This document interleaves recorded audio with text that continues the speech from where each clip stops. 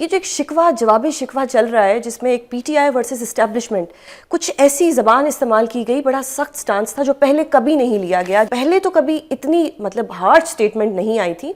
और मैं एक ये भी जानना चाहूँगी कि जहनी मरीज क्या होता है। बहुत शुक्रिया एक तो शो में मधु करने के लिए। देखें, कल मैंने अपने प्रोग्राम में भी इस पर बात की कि जहनी मरीज आप इस्तेलाह इस्तेमाल कर रहे हैं, किस लिए कर रहे हैं?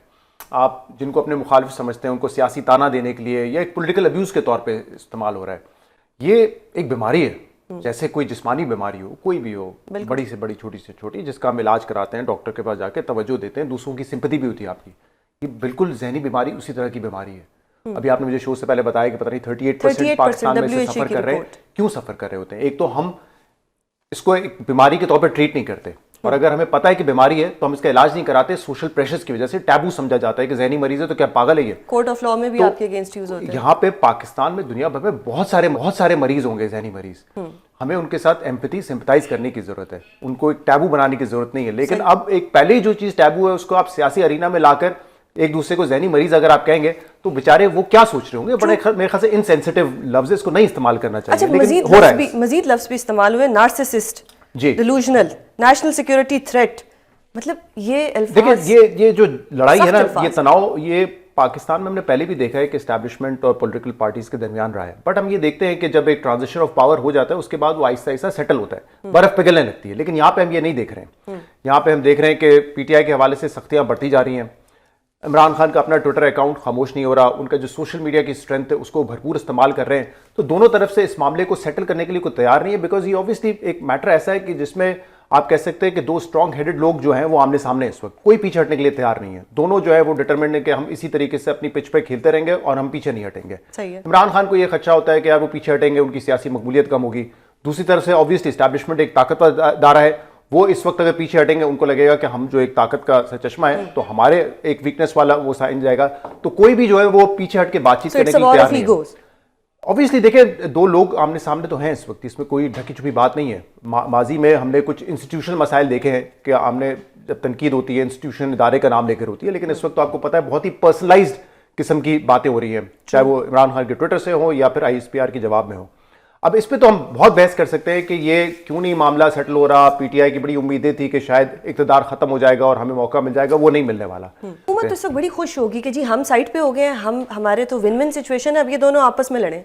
ये तो एक बड़ा एक एडवांटेज है ना उनके लिए। ये पीटीआई के दौर में भी कहा जाता था ना कि जितना जो है वो नून लीग और एस्टैब्लिशमेंट के दरमियान लड़ाई होगी तो पीटीआई का फायदा है। तो ऑब्वियसली ये एक सियासी सोच तो है कि जितना इनमें फासला बढ़ेगा, एक लड़ाई तनाव रहेगा, तो पीएमएलएन उतने टाइम तक महफूज फील करेगी। पीएमएलएन की सिक्योरिटीज किस वक्त बढ़ेगी, इनसिक्योरिटीज किस वक्त बढ़ेंगी? जब पीटीआई के कोई राब्ते बहाल होना शुरू हो जाएंगे। लेकिन मैं बात आपसे करना चाह रहा था कि इमरान खान की बहन ने उसने कहा ना वो गुस्से में फ्रस्ट्रेटेड है, बनता है, वो जेल में है, फ्रस्ट्रेटेड होंगे, जाहिर सी बात है, उनकी अहलिया जेल में है, वो फ्रस्ट्रेटेड होंगी।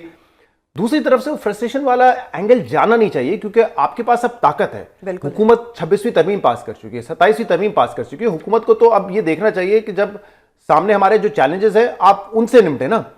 आप अगर एक प्रेस कॉन्फ्रेंस, एक ट्वीट के जवाब में दर्जनों लोग आके बात कर रहे होंगे उस पर, तो ऐसा लगता है कि यही चीज है जो आपको बॉदर कर रही है, मैटर कर रही है। तो मेरे ख्याल से सिग्नलिंग जाती है, वो ये जाती है कि यार अगर वो गुस्से में है तो आपका भी गुस्सा कम नहीं हो रहा। बिल्कुल। अच्छा, जो ओवरऑल गुफ्तगू थी ये गैर सियासी होनी चाहिए थी, पर ये टोटली सियासत पे चली, ये जहनी मरीज से शुरू हुई, जहनी मरीज पे ही रही। क्या DG ISPR का ये लेवल था कि वो इस तरह की बातें करते या इमरान खान को डिस्कस करते? आई थिंक इंपॉर्टेंस दी गई, इंपॉर्टेंस तो दी गई, लेकिन देखे ना दूसरी तरफ से भी वो कहते हैं कि एक बयानिया बनाया जाता है पहले अपने ट्विटर हैंडल के जरिए, फिर उनके जो सोशल मीडिया के लोग हैं उसको उठाते हैं, फिर इंटरनेशनल मीडिया पे करता है। तो उनका जो पॉइंट ऑफ व्यू है वो तो यही है कि हमें इस नैरेटिव का एक काउंटर पेश करना पड़ेगा। और इसलिए देखिए, ये जो कहा गया उनके पोस्ट में पहली दफा नहीं कहा गया, लेकिन रिप्लाई पहली दफा उन्होंने इसलिए किया उनके मुताबिक क्योंकि अफगान मीडिया, इंडियन मीडिया सब ने इसको पिक किया और एक पूरा इंटरनेशनल एक एनवायरनमेंट बन रहा था। तो वो ये उनके सोच के मुताबिक कि ये इमरान खान, इंडिया, अफगानिस्तान एक नेटवर्क है जो कि ये सब कुछ कर रहा है, जिसकी वजह से सिक्योरिटी थ्रेट कहा गया। अभी हमने पहली दफा तो नहीं सुना है कि किसी मकबूल लीडर को आपने सिक्योरिटी थ्रेट, वो थे मोहतरमा बेनजीर थी, फातिमा जिन्ना थी, ये सारे रह चुके और सारे जिनको कई को तो मौका मिला है वो दोबारा इक़्तिदार में भी आए। बिल्कुल है। अब ये जो एक बयानिया बनाया गया है या एक रिस्पॉन्ड बैक किया गया है, क्या ये पब्लिक बाय करेगी? क्योंकि इमरान खान कल्ट बहुत बड़ा है। अगर आज इमरान खान इस्टेब्लिशमेंट की तारीफ करे तो अवाम उसके साथ होगी। क्या पब्लिक ये बाय करेगी ये बयानिया कि कोई जहनी मरीज है और वो सिक्योरिटी थ्रेट है? अपनी अपनी ऑडियंस है, पाकिस्तान तरीके इंसाफ का एक बड़ा वोट है। आज आप जैसे मैंने कहा जलसों में अगर आप तकारीर सुने तो वो तो इसको बिल्कुल बाय नहीं करेंगे, वो तो उसको मुस्तरद कर रहे हैं, इसकी मजम्मत कर रहे हैं। बट एक हुकूमत की भी अपनी ऑडियंस है, क्योंकि ऑब्वियसली जब हम इदारे की बात करते हैं ISPR हुकूमत का एक इदारा है और हुकूमत और इस वक्त फौज जो है वो एक पेज पे नजर आ रहे हैं। तो एक जो उनकी ऑडियंस है उसमें तो ऑब्वियसली ये बात सेल आउट होगी, उनके लिए उनके मुताबिक वो एक नैरेटिव देंगे। तो मेरे ख्याल से इस वक्त जितनी पोलराइजेशन है आप इसको जनरलाइज नहीं कर सकते कि अवाम बाय नहीं करेगी, अवाम कुछ उनके साइड पे होंगे, ज्यादा इनके साइड पे होंगे, ये आप कह सकते हैं। अब जो ये मंगल और बुध की जुमेरातें थी, अब ये भी क्लियर इंडिकेट कर दिया गया कि अब ये मुलाकातें भी नहीं होंगी। बिल्कुल। डू यू थिंक ये कॉन्स्टिट्यूशनल है?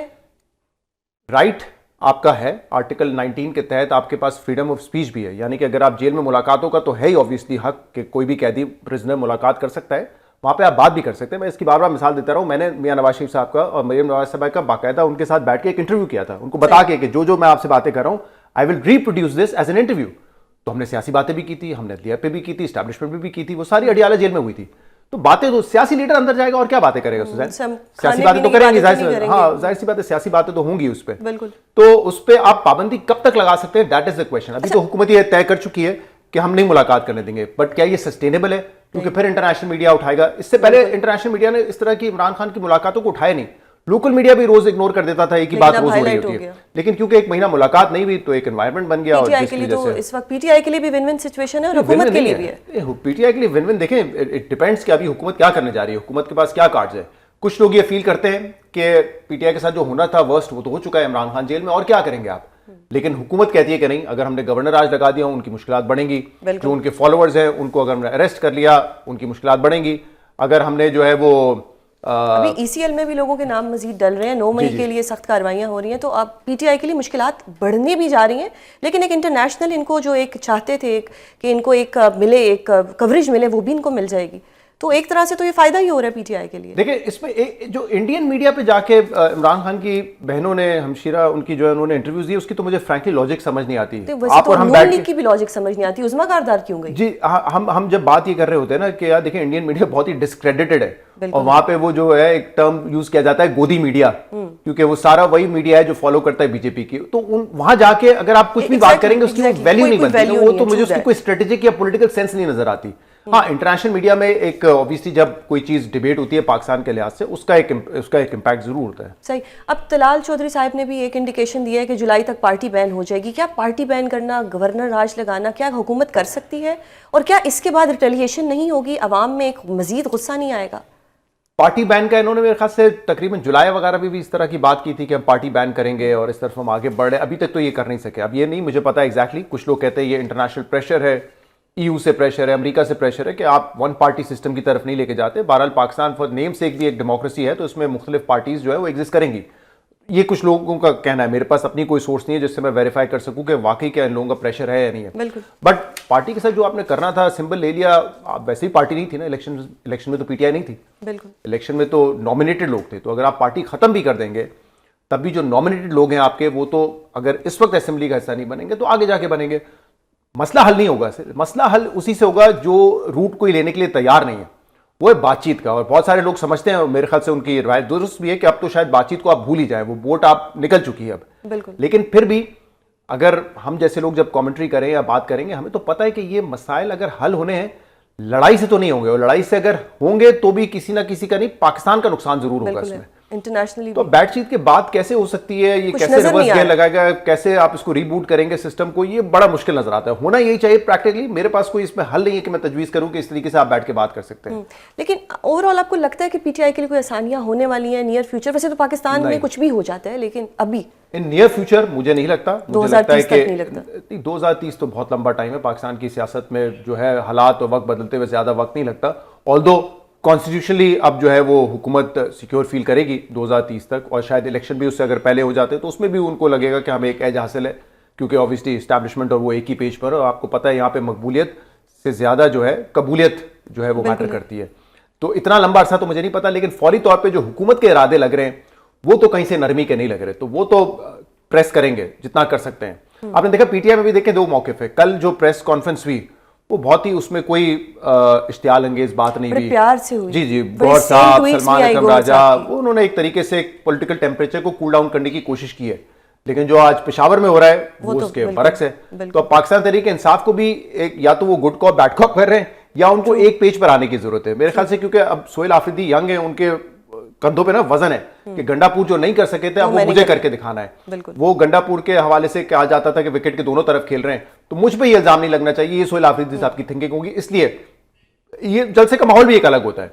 अभी एनएफसी था तो उसमें वो गए थे, उन्होंने शिरकत की थी, तो सियासी तौर पे क्या ये कोई बहुत ज्यादा फर्क है या ये एक साथ चलने के लिए तैयार हो जाएंगे, ये मेरे ख्याल से बड़ा मैटर करेगा। अच्छा, एक और चीज़ की, क्योंकि जहनी मरीज वो बड़ा एक ऐसा वर्ड था, हर जगह सर्कुलेट कर रहा था।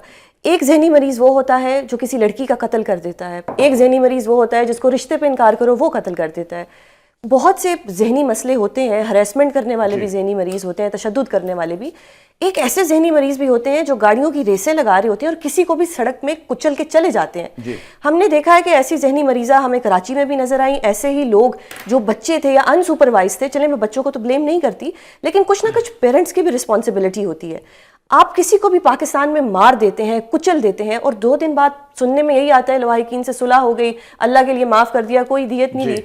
ये कब तक पाकिस्तान में चलेगा? और ये अमीरों के लिए ही हमेशा होता है माफी तलाफी। बड़ा इंपॉर्टेंट मामला है। देखें, एक तो ये कि जो जुर्म करता है उसको हमें एज ए जुर्म भी देखना चाहिए, जरूरी नहीं कि वो जहनी मरीज हो। हम तो, बल्कि आप लॉयर है मुझसे ज्यादा जानती हैं, ये तो एक वे आउट होता है क्रिमिनल के लिए कि अपने आप को जहनी मरीज साबित करके आप किसी जुर्म की सजा से बचने की कोशिश करें। बट ये एक जुर्म है, ऑब्वियसली वो माइंडसेट उसका ये है कि वो एक गलत काम करने जा रहे हैं, कोई क्रिमिनल एक्ट करने जा रहा है। तो ये जो हो रहा है ना, देखें, ये मेरे ख्याल से वही मसला है। पाकिस्तान में एक बहुत बड़ी तफरीक है। जो अमीर है उसके लिए इंसाफ और कानून का पैमाना मुख्तलिफ है, एक आम आदमी के लिए मुख्तलिफ है। हम जब बार बार कहते हैं ना कि we want to be a hard state, let's be hard state for everyone.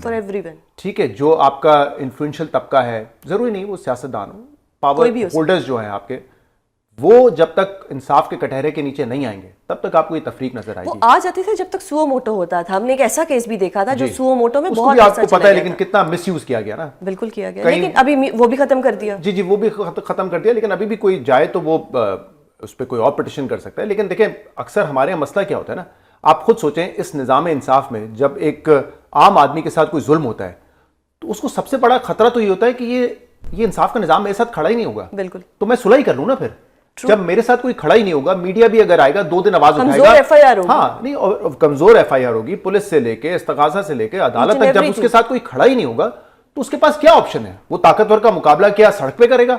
क्या वो भी उसके ऊपर गाड़ी चढ़ाएगा? वो ये नहीं कर सकता। वो सुलह ही करेगा ना। आपने उसको कोई मौका ही नहीं दिया है।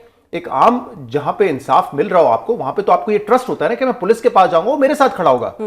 यहाँ पे उसको नहीं पता, उसको शायद पता है कि वो ताकतवर के साथ खड़ा होगा। बिल्कुल, उसको पता है कि इन्वेस्टिगेशन इसकी ठीक नहीं होगी, उसको पता है कि यार अदालत मेरे साथ नहीं खड़ी होगी। तो ये जब hard state has to be for everyone, और ये टेस्ट केसेस होते हैं। और ये मेरे ख्याल से, मैं तो इतने साल से ये देख रहा हूं, इसी तरह हो रहा है।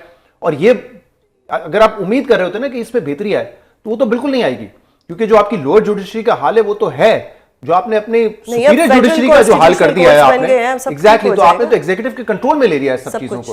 अब मिनिस्टर और चीफ जस्टिस ने मिलकर बाकी जजेस को लगाना है आईनी अदालत में, तो आप सोचते क्या इंडिपेंडेंस रहेगी? जो आपकी ट्राइकोटोमी ऑफ पावर है कि आपके पार्लियामेंट अलग है, आपकी एग्जीक्यूटिव है और आपका एक जुडिशरी ब्रांच है, उसको तो आपने खत्म ही कर दिया ना। बिल्कुल, तो जो करने की जरूरत थी वो ये थी कि आप नीचे वाली अदालतों को मजबूत करें, वहां पे आप इंसाफ फराहम करें। लेकिन आप शुरू करते हैं ऊपर से, क्योंकि जो सियासी मामला हैं वो ऊपर होते हैं।